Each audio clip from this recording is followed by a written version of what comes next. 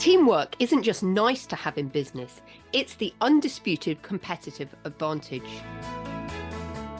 When your team members work as a unified force, your whole operation benefits through higher productivity, thriving creativity, and unstoppable momentum.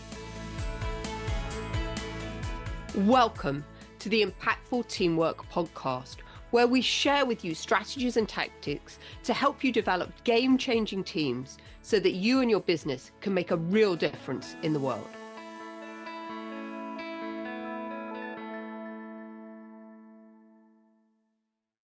Welcome to another edition of Impactful Teamwork. And today we want to talk about the fact that your leadership team is probably not misaligned.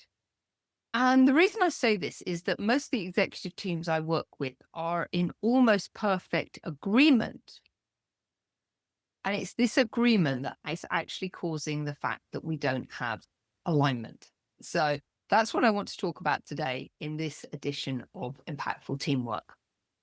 And I'm pretty sure that many of you listening to the podcast today have sat in a meeting where the strategy is presented and heads move up and down around the table and everybody says something that makes sense. And then somebody else says that they're fully behind it.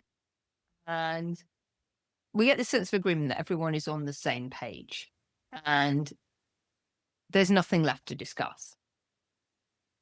And yet 2 weeks later, nothing has changed.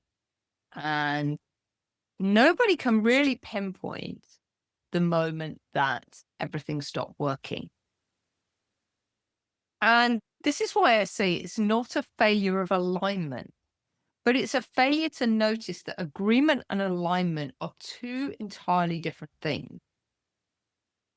And only one of them really survives and helps the business grow in the long term. So today in this edition of Impactful Teamwork, we're going to the most expensive assumption that I see in senior leadership teams. And that is the belief that because everyone says yes in a meeting, everybody is going in the same direction. Agreement is a verbal event. And it happens in a room in front of other people.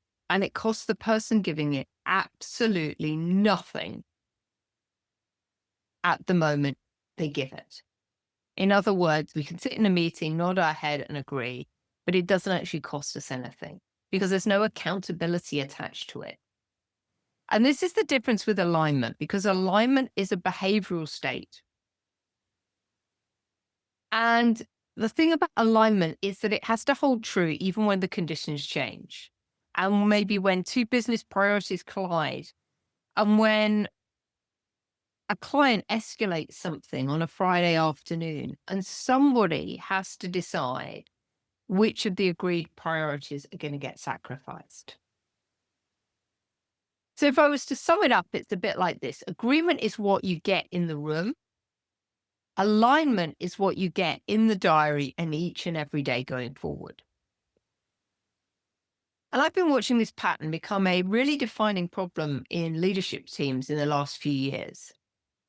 Amy Yip, who works with senior leadership teams across technology, aerospace, and healthcare in the US, positions her entire firm around a single line. Misalignment is the culprit. And she says this sits behind delays, errors, communication breakdowns, and resistance to change. And what she says is also that alignment needs to hold up under pressure. We don't just want teams aligned when everything is working swimmingly, because that's the easy time. Where we really want alignment to stand up is when the going gets tough. And so what I think that tells us is that there's a lot of organizations that think they're aligned when they're actually not. And so I'd just like to think about, why do we think that agreement keeps winning out over alignment? And I'd like to suggest it's because agreement gives leaders a sensation of alignment without any of the work. The meeting feels good. Nobody objects. The energy is constructive. Everyone's really positive in the meeting. And so it's very easy to read all of these signals as progress. And each of these signals can also signal the fact that when everyone leaves the room, nothing changes and everyone carries on doing exactly what they've been doing before. So let me put some numbers around this for you, because this cost of confusion between alignment and agreement actually costs leaders an awful lot of money and time and energy every single year. So if we look at Gallup's data for the first half of 2026, it revealed that 49% of team members strongly agree that they know what is expected of them at work. So nearly 50% of the workforce think they know what's expected of them at work.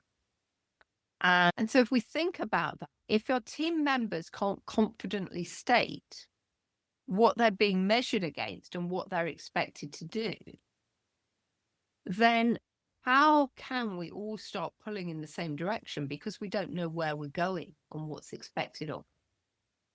And if we don't know what's expected of us, it's very difficult to become a highly engaged team member. And this lack of clarity originates, if we're really honest here, it doesn't originate in the team. It actually begins at the top of the organization, in a room where the senior leadership team agree to something, but they agree that each of them leaves the meeting with a slightly different version of events. And I've certainly been in those types of senior leadership meetings where we've all agreed on a strategy, but each of us has got a different interpretation of it. And so each of us cascades down a slightly different version of the new strategy. And this is how we end up with an organization in which every department is very confident about what they're doing. Every department head is working hard, but yet no two departments are really working towards the same end game. And this Gallup statistics also revealed that only 31% of team members in the US are engaged at work. And that figure's not moved much since 2025, when it peaked at 36%. But more worrying, globally, employment engagement levels have dropped to 20% in 2025. And that's the second year of consecutive declines. And I think when we really dig into why these numbers are declining, it's not because of motivation in team members, but it's actually about clarity. Because team members who don't know what they're aiming at, what their goal is, what the purpose of the business is, they don't know what winning looks like. And it's really difficult to commit to something that you can't see and you can't understand. And then if we remember that research from the Institute of Leadership Management attributes 86% of business failure to silo mentality and poor collaboration, we start to see how much of a problem it is, where teams are just agreeing to stuff and not aligning, because each team thinks that they're working towards where they need to go. And this is what compounds this silo mentality. And so what does it mean? It means that only 14% of our teams are operating with genuine cross-functional unity. And so at the heart of it, all of these teams agreed on what needed to happen, but none of them actually really supported the commitment to get aligned by it. So I want to share with you now 4 reasons that agreement is different from alignment and how it's showing up. Because I think once you've recognized these patterns, then you'll be able to see them in your own meetings and take action in the moment to get the alignment you really want, rather than the agreement that is happening. And so the first is that silence in the meeting is read as consent. So in most senior teams, saying nothing is actually seen as a low risk position. It doesn't involve any political capital. It commits you to nothing. And it's almost always recorded as that you support and endorse the proposition that was being put together. So somebody can look through the minutes and see that everyone agreed to it, and then we think everyone's on the same page. But what this can't distinguish between is the director who actively argues for the decision and maybe the director who just doesn't object to it. And so then our meeting minutes really don't become a true reflection of what people are thinking, because people are just complying and going with the norm. And the second reason, very much related to the first, is that seniority can distort the signal. So, for example, if you're the chief exec and you speak first, you've not opened up a discussion, you've actually closed it. And your team isn't stupid. They're reading your position and calibrating theirs against it, which is a rational thing to do, right? Your role determines what kind of budget they might get, what kind of funding they might get, even whether they get to stay in their role. So what can happen is that everyone agrees with what the senior leader or the CEO is saying in that moment, and therefore doesn't proffer their own views. And that's very dangerous. And one of the reasons we're seeing it happening is because people want to avoid conflict. And a lot of people feel that if they come back and they challenge what the CEO has suggested, then that will be seen as conflict, and that won't be a great place to go. The third reason is that often a lot of these decisions about company strategy, direction, purpose are actually made often at some type of offsite in a kind of different environment where there's no interruptions. You've often got a facilitator holding the space. And it's very easy to agree to something under those conditions. And yet, when you get back to the workplace and everything gets tested, then things don't get deployed in exactly the same way. So this is why it's so important that we have useful conflict and debate within the organization, so that we can surface all of these issues and make sure they get addressed in the moment, so that we can all get on the same page. And the fourth thing is that almost always in a meeting, that agreement, there's no trade-off when we have to make it. It's easy to agree to a customer experience or cost reductions or product velocity and culture, because actually agreeing to all of these things doesn't cost us anything. Alignment actually only really occurs at the point where somebody names which of the four areas gets dropped when things collide. Because typically when a project gets off track, when something doesn't work, then it's one of those areas that needs to get readdressed. And if I look at what I call the four culture zones, there's an area in the four culture zones that's called tolerable. And the tolerable zone is exactly that. It's where nothing is really broken, nobody's really behaving badly, the meetings are civil, the results are adequate. And this is a very dangerous place for a company to be in and for a team member to work in, because there's no crisis to force change and there's no obvious symptoms to initiate that change either. But actually what's happening beneath the surface is a toxic culture is beginning to build up. And what happens over time is that tolerable cultures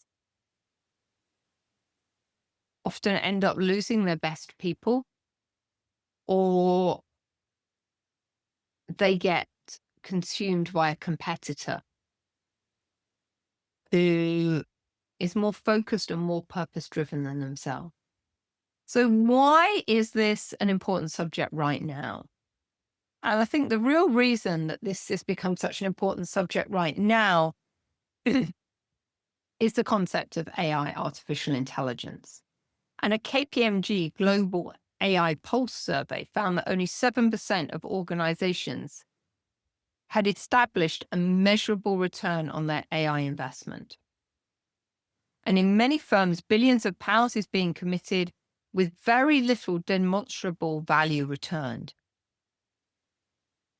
And the instinctive explanation is that the technology is immature or the use cases were badly chosen. But the evidence actually points somewhere much less comfortable. Gallup's mid-2026 findings are very specific on this point. Access to the tools on its own changes nothing about the employee experience. What moves the needle is that team members are substantially more likely to be engaged when the leader introduces AI with clear expectations, a considered implementation plan, and active support from their manager. So this fact that team members want clear expectations is a variable that is so important in determining the level of engagement of people. And it's also a good marker about whether your largest technology investment for a long time in decades into AI is actually going to be successful or not. So Amy Yip's researches the same conclusion, but from a different direction. Amy did 12 executive interviews and worked with more than 60 leadership teams. And her recent report concludes that trust in leadership determines the speed and success of AI adoption. And how leaders frame the technology decides whether employees and team members embrace it or fear it.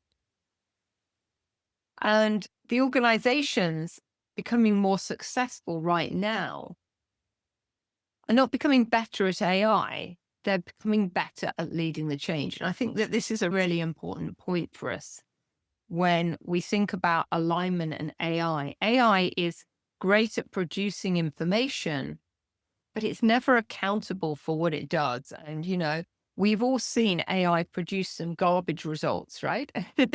And when we do, and we challenge AI, it just goes, oh, whoops, I got it wrong. There's zero accountability for you. So why is this important and why should we be concerned about it? Because a technology rollout doesn't create clarity. It actually consumes it. And it lands on top of whatever alignment already exists and immediately tests it, because every team is suddenly being asked to change how it works while still hitting the numbers. So if your leadership team is operating on agreement rather than alignment before the rollout, and then the rollout will find out whether it really is working for you or not. And so this is what intrigues me most about what's happening in terms of AI at the moment. And my thoughts on this come from the horse herd rather than through the boardroom, because what I've observed over many years, watching horses and particularly studying wild horses, is the horse herd is one of the most aligned systems in nature. It moves as one, it changes direction as one, and it responds to threat as one. And it's been doing this successfully for millions of years. And what happens is in the horse herd is it achieves that alignment without a single moment of agreement. So there's no vote, there's no discussion, there's no consensus building in which the herd establishes the strategy about what needs to happen. What exists instead is a shared direction for every member that they can read directly from the environment, the distributed attention, which means the leadership roles continually rotate depending on what the moment requires. And more importantly, nobody needs any permission to change position. It just naturally happens. It's very fluid. And this alignment is transmitted through energy, through the horse's state, rather than a statement they're going to do it. Nobody announces anything. Each herd member is reading the energy and the physical reality of the other animals around it continuously, and it's continually adjusting. And so what you'll see in a herd of horses is one will notice the danger, and all of a sudden they will all just sense that heightened energy of threat, and they'll all look up to find the danger together. So horses are masters at reading the energy of a situation, which is something sorely that we tend to lack in business. And one of the reasons why at Business Horsepower, we're really conscious about how we help you harness the energy of your team so that you can use that in an effective way and everyone can be aware of what is going on. And this importance of energy and the impact it has on people. I've shared this story before about how a lady used to ride past my house when I lived down in Sussex. She had a very expensive, very classy horse, dressage horse, but she was terrified of it. And she used to ride it round past my house and literally she was holding her breath. And because she was holding her breath and so pent up, the horse got more and more pent up. And it actually took me one day to stop her and say, could you just breathe? At which point she actually really relaxed, took a deep breath. And the moment she did that, the horse also relaxed his energy as well. So they got a sense of alignment. The horse felt, oh, this person, she's chilled. I can align in that same type of energy. And that's really important.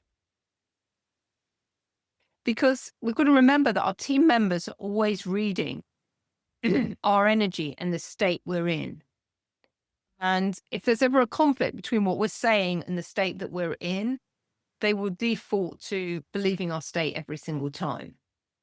And so it's so important, therefore, as a leader, that you walk the talk and show up how you say you're going to show up. For example, if you announce that you're delegating authority whilst you're holding on at the same time to a very significant decision, your team will already know that. So they'll know implicitly that you don't fully trust them because you're holding on to that decision. So they're not going to feel empowered and motivated exactly what you wanted because your body language has told them something different. And this is the gap that leaders really need to close. And this is why I love bringing people out to partner with the horses, because the interactions with the horses capture what's actually there. And so people get really honest feedback on how they're showing up. And this information is more valuable and more honest than any 360-degree feedback. So what does it look like when it works?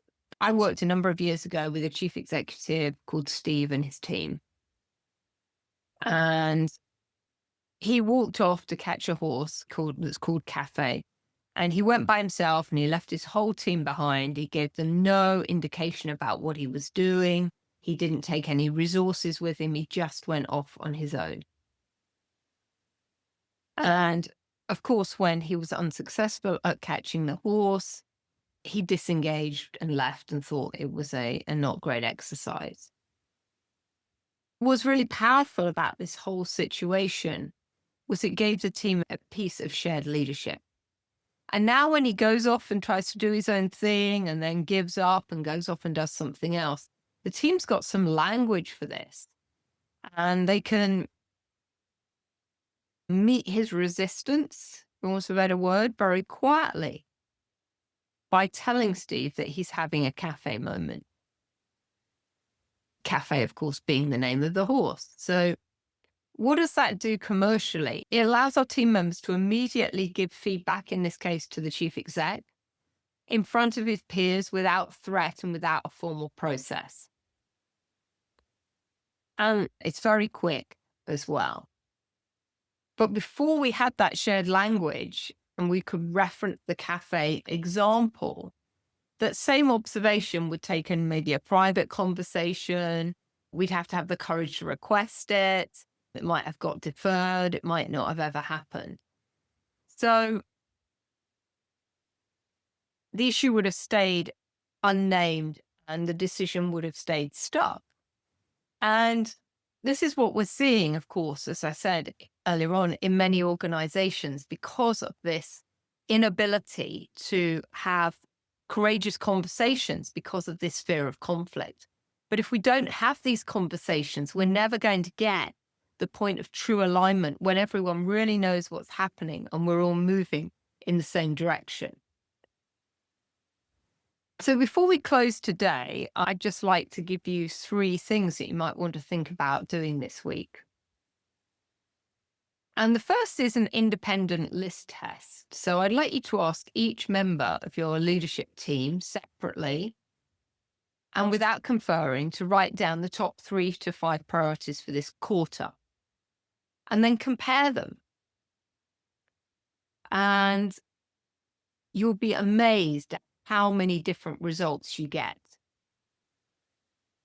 And congratulations, if everyone writes down exactly the same thing, then you will know that you've got some alignment. But typically, the results are very different, even though everyone had been agreeing that we're on the same page in terms of the strategy for a number of months.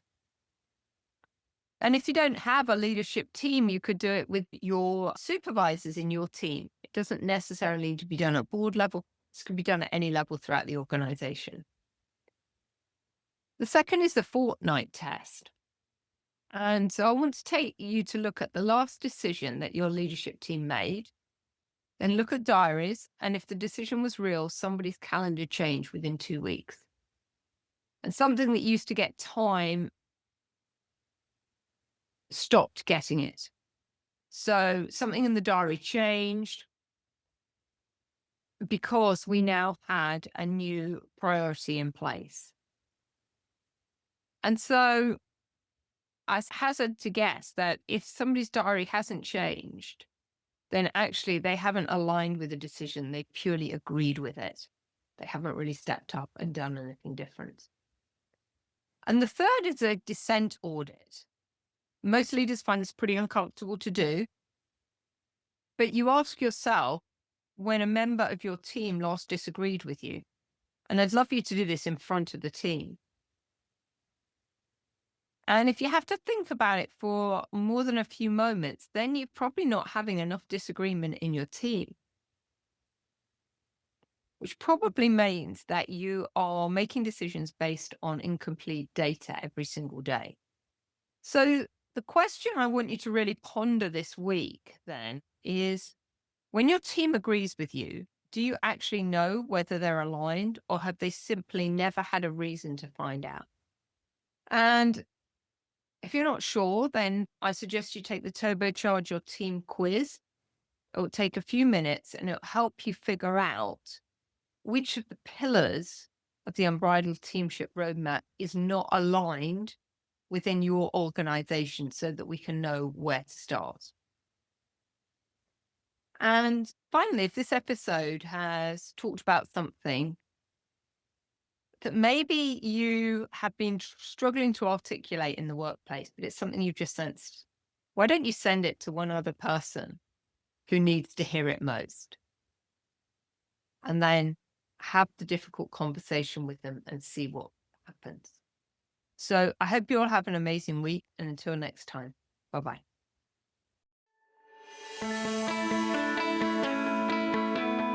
Thanks for listening to the Impactful Teamwork Podcast. Please stay tuned for future episodes and do subscribe wherever you get your podcasts. If you've enjoyed this episode, please leave a rating on your favorite platform. Recommendations are essential for attracting new listeners. Please follow us on social media at Julia Felton and at Business Horsepower.